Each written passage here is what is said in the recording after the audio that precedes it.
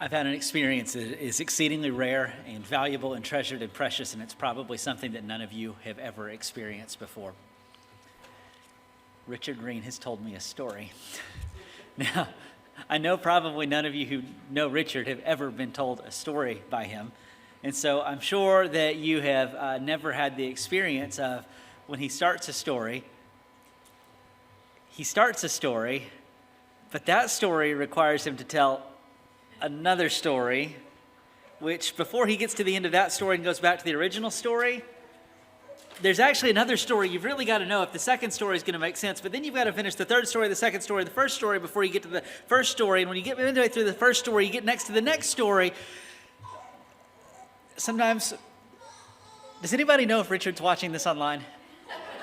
Because that may change what I'm about to say next. Sometimes he's watching. Well, Richard, I'm talking about you, and I mean every word that I'm saying. So I want you to hear this. Richard loves to tell the stories, and I call it spider webbing when you tell a story, because you kind of have all these webs of stories. You've got to connect the dots. Sometimes you feel like you're in the movie Inception because you're not sure what level of the story you're in anymore. There's actually a fancy term for this when it happens in literature. It's just a parenthetical. It's an interruption to the story. It's not disconnected from the story, it's an interruption to the story.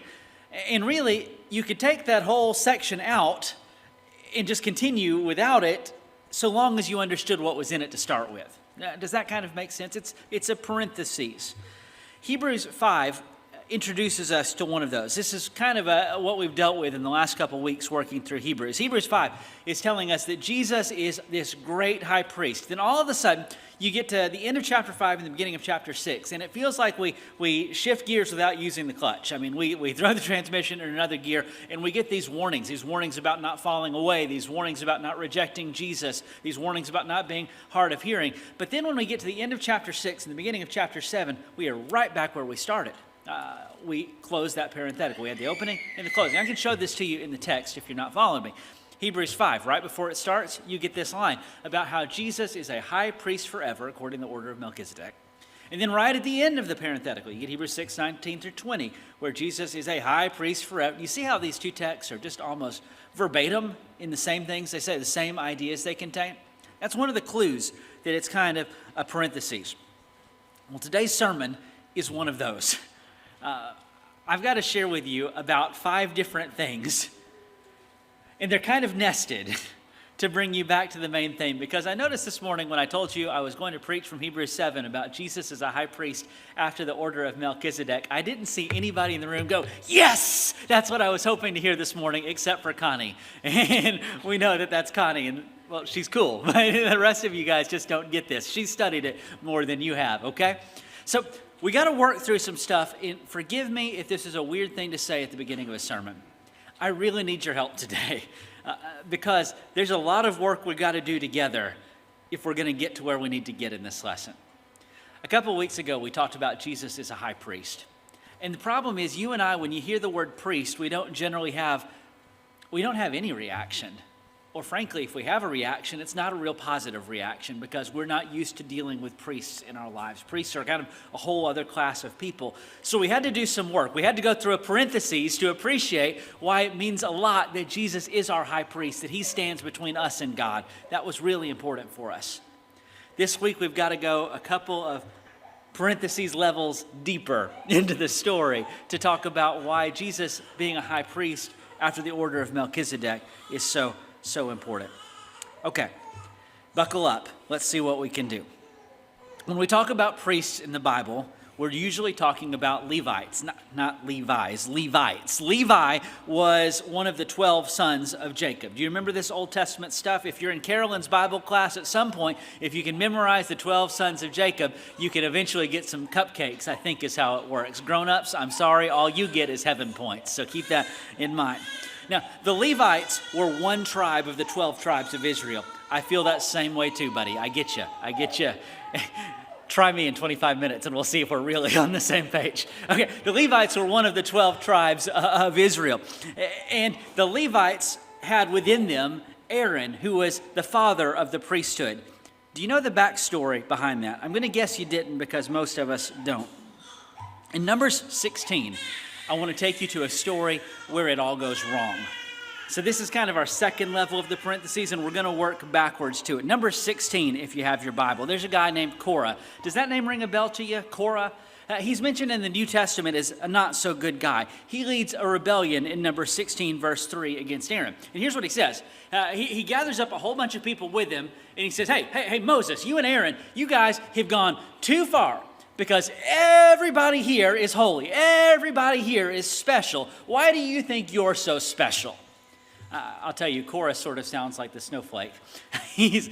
We're all special. Mama thought we're all. What makes you so important that you became the guy in charge of us? And he organizes this rebellion against Moses and Aaron. Now, it's not totally clear in the text what sets Korah and his buddies off. The previous chapter is mostly full of law issues. The closest story to this in the previous chapter is when Moses has a Sabbath breaker executed. I'm really proud of our kids, by the way. They're listening in Carolyn's Bible class. Roy and Michelle told me that they told the kids to pick up their toys yesterday, and they said, "No, Daddy, we can't. We learned about the Sabbath in Bible class. We're not allowed to." I guess they didn't learn honor your father and mother, but they got the Sabbath. They've already turned into law keepers, just like us, who know how to use the law when it benefits us and ditch it when it doesn't, I guess. I guess that's how that worked. I don't know if that's what sets Korah off when Moses has this Sabbath breaker executed. I don't know. And what they say sounds so nice, doesn't it? Everybody is the same. Everything is so egalitarian. It sounds so nice. But they're really missing something important. They look at Moses and Aaron and say, who made you in charge? How come you're so special? Well, do you remember the story of how Moses ended up in charge in Israel? Do you remember the story? It's maybe not exactly what you'd think. Moses didn't lobby for this thing. Moses didn't run for Prince of Egypt. That wasn't a thing.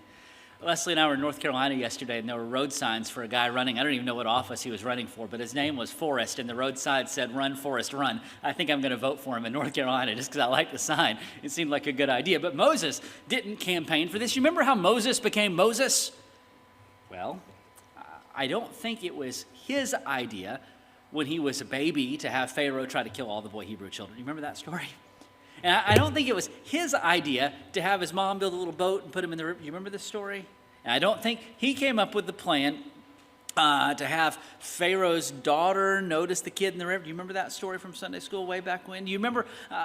Do you think it was Moses' idea for him to be raised in Pharaoh's house and have access? Nothing about Moses' story was Moses' story.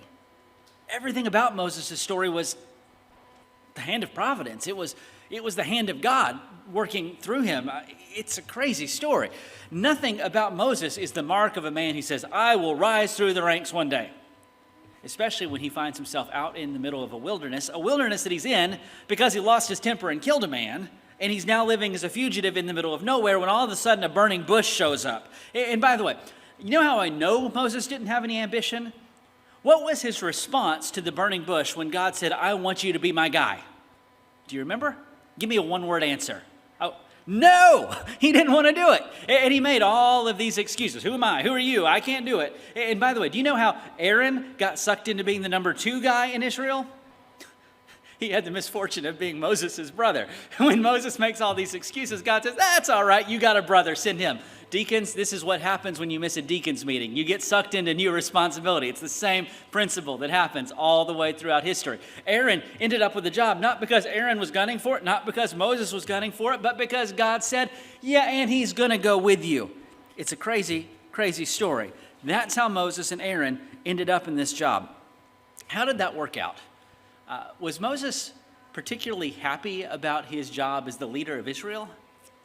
Again, if you remember anything that happens in the story of the book of Exodus, the answer to that is also no. Was Pharaoh happy when Moses said, "I'd like to schedule an appointment. Would you let my people go, please, sir?" No, not happy. About as happy as the kid crying. Was Israel happy when Moses said to Pharaoh, "Let my people go"? Go like this. Go like this. It's not a seizure. It's a no. It's a no. They weren't happy. Why? You remember that story where Pharaoh made them make bricks without straw and increase the quota and beat them and all sorts of... Were they happy? Okay. Were they happy when the 10 plagues were finished and they escaped into the wilderness? We've covered this story 3 or 4 times in the last 2 months. You remember they didn't have food and they didn't have water. All these times they rebelled. Dave Ramsey said, if you're going to be a leader, understand that you're not going to make people happy. If you want to make people happy, give them ice cream. That works really well. But if you want to help people get from point A to point B, you've got to push them, and they don't always want to go there. Moses experienced that totally and completely. Did Moses want to be the guy in charge of Israel? No, not at all. In fact, the text, if you've missed it in all the other clues, it was not ambition that got Moses to this place. It wasn't some drive for power. He wasn't the kindergartner who had to be the line leader.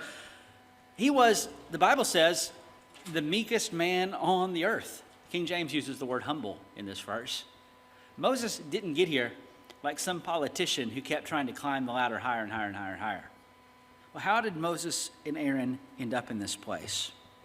Well, God put them in this place. I would say that God put them in this place maybe with them kicking and screaming. But God called them, and eventually they answered the call. So when Korah looks at Moses and says, "Who made you so special?" What was the answer to that question, Jeffrey? I was going to say Jesus, but God will work too. Okay, yeah. Why did you end up in this job? Because God called you into this job. That's not the only thing Korah and his rebel buddies forgot. They forgot that they wanted Moses to talk to God on their behalf. You remember 3 or 4 weeks ago when God's holiness was so real and so terrifying that they said, "You talk to him or we'll die." Do you remember that? Okay, that's another story. Can I tell you another story? This one's in Exodus 32. I told you I was doing the Richard Green thing and telling you 18 stories to tell you one story. Right after God gave the 10 commandments, what did Israel do with them? The golden calf incident. You remember that story? Moses comes down from the mountain with the tablets, and he sees, do you remember who made that golden calf? Oh, this is awkward. It's his brother, wasn't it? It's Aaron. And God, to put it mildly, was not terribly impressed with this decision. It was a terrible move for Israel. It was the wrong thing to do. I kind of wonder what this was like for Moses and Aaron as they dealt with this in the months and years to come. I wish the Bible told me that story. But in the aftermath of the golden calf incident, Moses called out to the people, "Who is on the Lord's side? Come to me." And do you see in the screen, in the scripture, who came to join Moses' side? His family, the Levites, Aaron's people, Moses' people, these people. Now this story is violent. God told these Levites to put on a sword and avenge what was done to offend his holiness. And they did, and that day they slaughtered 3,000 men. And Moses spoke to the assembled Levites, and he says, "Today you have been ordained for the service of the Lord, each one at the cost of his son and of his brother, so that he might bestow a blessing upon you this day." These stories that I've told you are the origin story of the Levitical priesthood, of the Aaronic priesthood. Now, Levi was the tribe, okay? You got that part? Levi was the tribe. All of the Levites were the people who came to the rescue. But within the tribe of Levi, Aaron and his family, his descendants were the ones who became the priests. That's how Aaron got his job. That's how the priests got their job. That's how the Levites got their job. Did you know that Korah was one of these Levites too? He and Moses were first cousins. So he was one of the special ones, but he wasn't Moses. He wasn't one of the priests himself. I really wonder what got under Korah's skin. Was he jealous that he didn't have the spotlight that Moses did? Did he think that Moses was some sort of religious radical for enforcing God's holiness code? Did the execution of the Sabbath breaker freak him out? I don't know. But when Korah asks, "What makes you so special?" he missed the really clear 2-part answer. God called him, and he answered. Korah says, "Moses, you've gone too far. What makes you so special?" Moses shoots back, number 16, verse 8, "You have gone too far, Korah." And then he says, God is going to sort this out. I don't have time to fill in all the details of this story to you, but you really need to read Numbers 16 sometime. It's sort of like the forerunner to the story of the showdown on Mount Carmel. But here's the short version. God in this moment says to Moses and Aaron, "Do you want me to kill them all?" And Moses does that thing that I've told you about 3 times already. He says, "No, no, no." He acts like a priest, and he intercedes on their behalf, and God spares their lives. God says, all right, I'll spare the nation, but don't you people stand too close to Korah. Do you know where this story goes?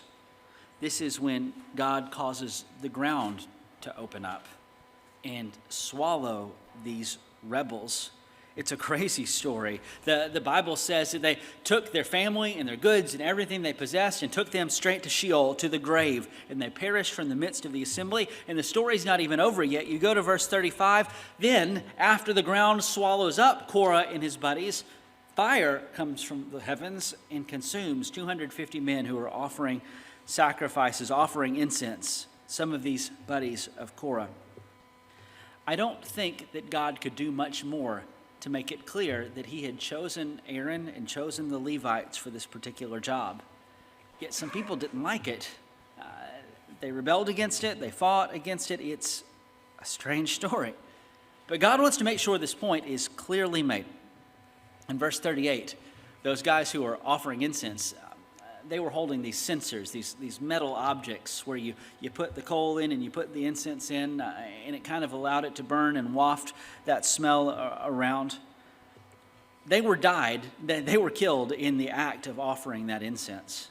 So in verse 38, God tells them to take those censers that they died holding and hammer them out into plates and make from them a cover for the altar.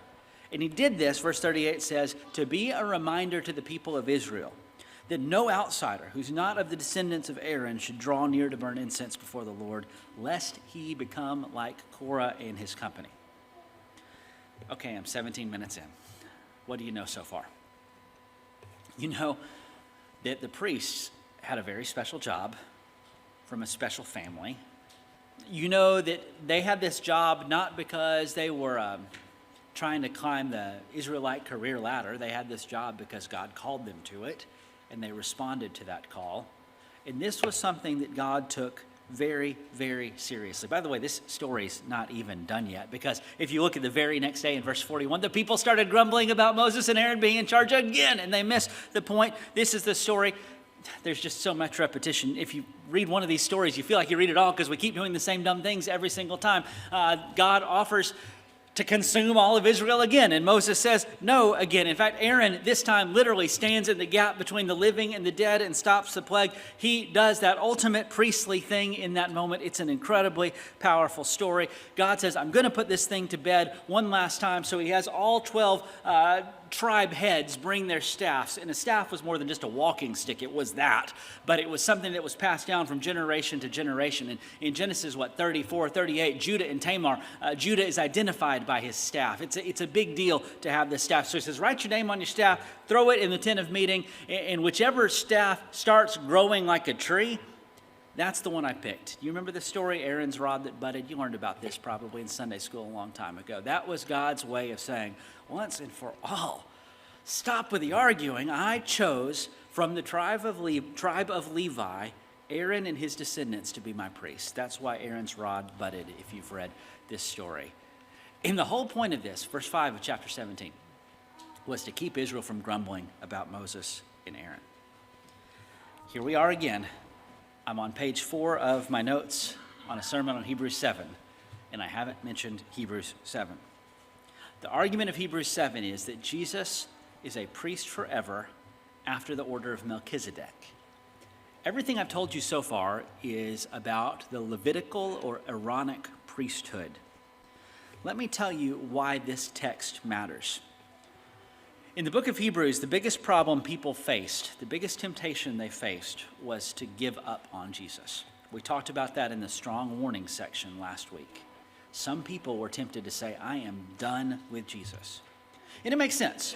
If the Hebrew audience is made up of Hebrew Christians, they spoke Hebrew, it didn't get their name because they made a lot of coffee, the easiest temptation for them would be to revert from Christianity back to Judaism. Remember that the Romans viewed Judaism as a legal religion.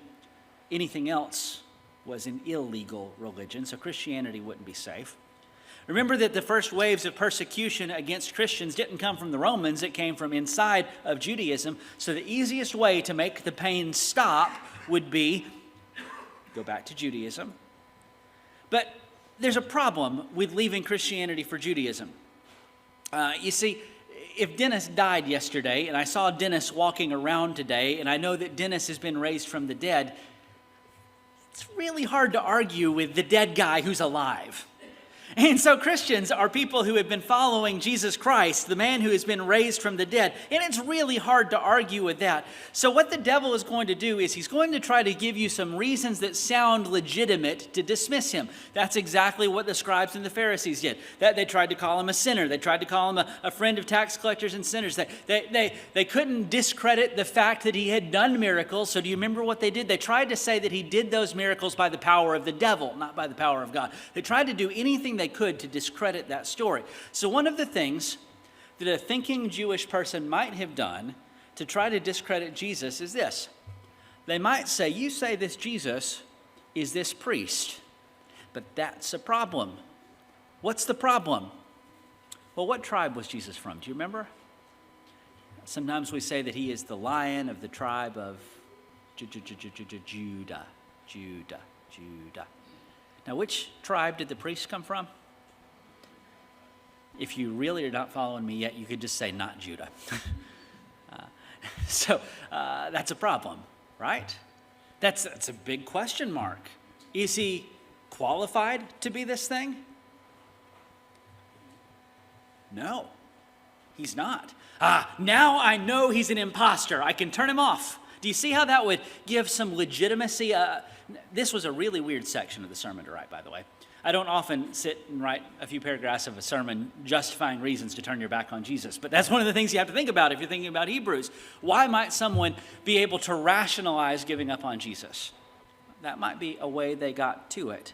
So the book of Hebrews is doing something, first, that demonstrates that Jesus is a legitimate priest. And then it's giving you and me a gift. It's giving us a hint about what his priesthood is like that makes him different than the priests of the Old Testament. So our texts keep calling Jesus a priest after the order of Melchizedek. Again, I can tell when I say that it doesn't mean anything to most of you. In fact, 7 of you are already asleep and 3 of you have passed away, and it's going to be awful at the end of church to figure out which ones are which. But when I say that Jesus is a priest after the order of Melchizedek, to a thinking Jewish person, that would have immediately ticked a couple of boxes. The name Melchizedek shows up twice in the Old Testament. Once is Genesis 14, once is Psalm 110. Psalm 110 is quoted later here in Hebrews 7. I won't talk about that one yet. I want to talk to you about Genesis 14. I'm condensing this story and packaging it way too tight, but here's what happens. Abraham, do you remember Abraham?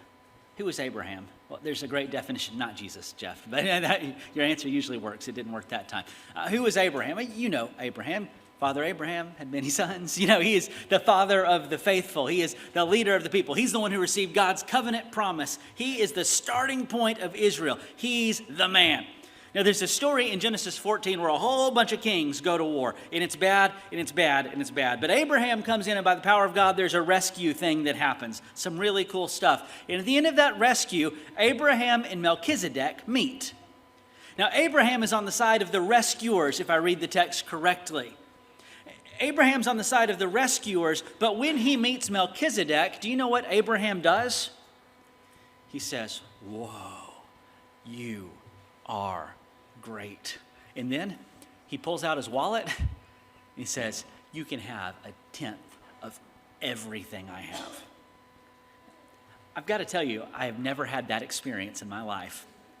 I have never walked up to James Hinkle and said, "Man, James, you were so great. Here's 10% of everything. Here's 10% of the mortgage," might be what I would offer. But he says, "Here's 10% of everything I have."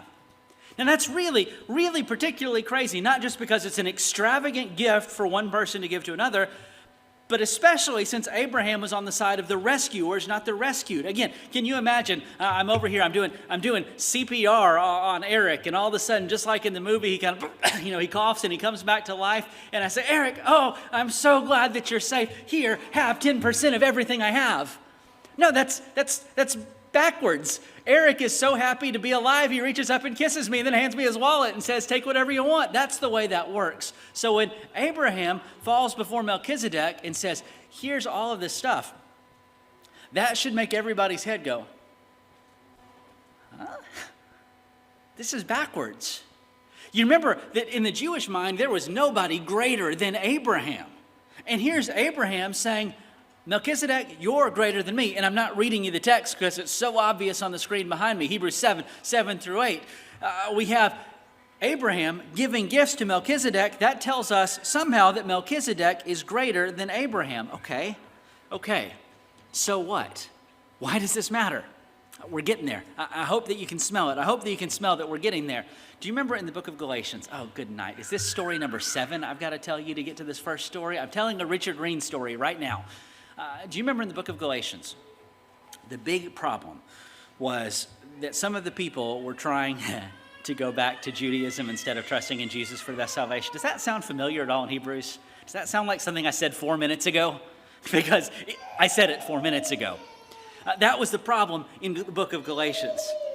In the book of Galatians, one of the ways Paul deals with that problem is he reminds the people of Galatia that God was alive long before the covenant with Moses. He reminds them that faith was an idea before Moses. He reminds them that faith was an idea before circumcision, that faith was an idea before the covenant.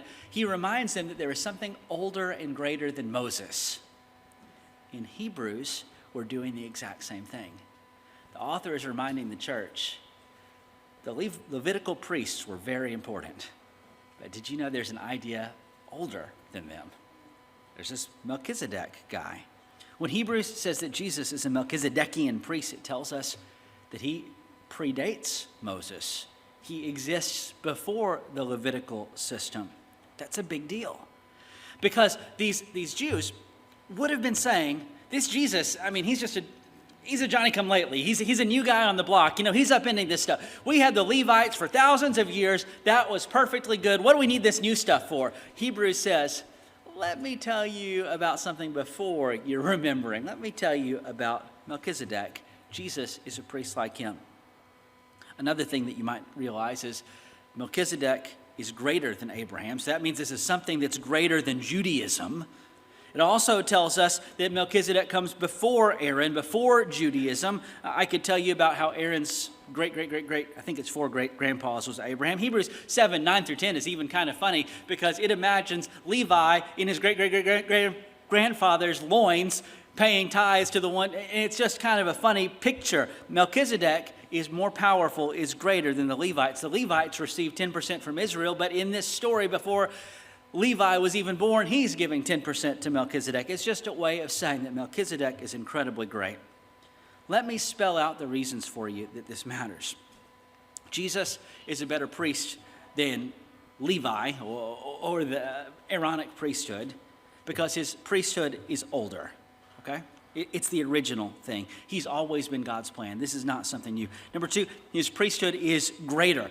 Abraham was the father of the covenant, but Abraham fell down before this sort of guy. Jesus is greater even than Abraham. That sentence is a mind-blowing sentence to a Jewish person. Jesus is greater than Abraham. Jesus one time even said something to that effect, and it was one of the things that got him a whole lot closer to being crucified. The third thing that this matters for is it tells us that the priesthood of Jesus is not limited in the ways that Aaron's priesthood was. To be a priest in Aaron's line, you had to be in the right family, the right tribe, that sort of thing. But really, the priests of Aaron's day were priests for Israel. If you wanted to come to God in the Old Testament, you had to come to God by coming to Israel so that you could come to the priest so that you could come to God. In fact, that's exactly in the book of Acts what you find the Ethiopian eunuch doing. He's making a trip so that he can do this sort of thing. He's a God-fearer who's trying to come nearer. But what Hebrews tells us in verse 3 of chapter 7 is that he is without father or mother or genealogy, having neither beginning of days nor ends of life. The Melchizedekian priesthood is not bound by Israelite borders or ethnicity or race. He is accessible to all. Isn't that a thought? Now, stop for a minute. I've told you that Jesus' priesthood is a forever priesthood. That's a big deal. He has always been there. There is nothing new to him. His priesthood is greater. He has more power even than Abraham. He's the Lord of the Old Testament. He's the king of the covenant. That's a big deal. His priesthood is not limited to any one person. It's a priesthood for the benefit of all of humanity. That's a huge deal. Now, Hebrews 7:3, I'll tell you, is a super weird verse. That line that he is without father or mother or any of that stuff, I'm not sure what to do with this, and there are tons of Bible nerds who have exploded with thousands of things. I'll tell you a couple of things just to whet Joanne Gray's appetite. The extra biblical book of 2nd Enoch talks about Melchizedek as a person being born miraculously before God created mankind. He's hidden in Eden and he doesn't die. The Essenes in Qumran thought that he was like an angel who would ultimately judge humanity and the fallen angels. Are any of those things true? Would you like to know my really well-studied answer to that? Beats me! But I do know that it's a thing that a lot of people thought about, and some of that language overlaps with Hebrews. The more common answer, which I think is probably a better answer, when it says that he doesn't have beginning of days or end of life, is probably saying something like, we don't know where he came from, we don't know his genealogy, and we don't know what happened to him because it doesn't matter what happened to him because he is a priest forever. Maybe that's the right answer. Just remember, if you get the wrong answer, it's minus 43 billion heaven points, so choose very, very carefully on a text like this. The point of this whole comparison is to say that Melchizedek is a priest who continues forever. Jesus is a priest who continues forever. James Hinkle told me to find a doctor younger than me so that I would outlive him and not have to change. You don't have to change priests when Jesus is your priest. The Jesus priesthood is better because it doesn't require sacrifices to purify itself. It itself is the sacrifice. It already comes pure. His priesthood doesn't have an ending. His priesthood does something that no other priesthood can do. It offers the ability to perfect the worshiper. The other priesthoods could only offer gifts to atone for the wrongdoing of the worshiper, but the Jesus priesthood offers the ability to change the worshiper. We have not seen this point in its clarity, but it is so important. In the Old Testament, yeah, you could find forgiveness of sins. That's what Leviticus says over and over and over again. But the New Testament, the new covenant of Jesus, doesn't just offer forgiveness, it offers transformation. That's a big idea. That's what we have. You're going to go home today and you're going to say, Matthew rambled for half an hour about the Old Testament priests. So what? I challenge you to use the word Melchizedek in your conversations 18 times this week. I've used the word Melchizedek more times today than I probably will in the next 10 years. But there's something here. There's something really important here. Not just is Jesus your priest. It's a big idea. It's a really big idea to think that Jesus stands between you and God, that the Son of God is advocating for you in helping you, that he is your friend and your brother. That's a big idea. But he's not just any old run-of-the-mill Jewish priest. He's a priest who belongs to an entirely different category. And here's what that category means. He is a priest who will be with you forever. He is a priest who can transform you from the inside out. He is a priest that is accessible to every tribe, every nation, every language, every people, red and yellow, black and white. They are precious in his sight. He is the perfect priest. He's the only priest who doesn't have any problems. You know, one of the worst parts about your preacher is he's an idiot. I was going to say he's a human, but I misspoke because both were probably true. Every time I come to you with a text, I run the risk of messing it up, and my pride and my ego and all sorts of things can get in the way of what I'm trying to do in this moment. When Jesus is your priest, you don't have that problem. I sort of hate counseling because sometimes I listen to someone's problem and I think, beats me. I don't know what you should do. Don't shoot him. I'm pretty sure that's the wrong answer. Don't shoot him. But Jesus is the priest who has the right answer every single time. Do you appreciate what it means that Jesus is your Melchizedekian priest? He never starts, he never stops, he never changes, he's never limited. He is always making intercession for you. That's what he lives for. That's a powerful idea. So here's what I want you to do this week. I want you to be aware that if you're a Christian, you are living with an advocate who is on your side each and every day, standing between you and God, mediating to you his goodness and taking from you your badness. That's how you stand in the presence of God. It's the only way you can do it. Friends, if you are spiritually neurotic, if you are anxious, if you are constantly thinking, I'm not good enough, and I just don't know, and am I okay with God? Spoiler alert, no, you're not okay, and no, you're not good enough, and no one else is either.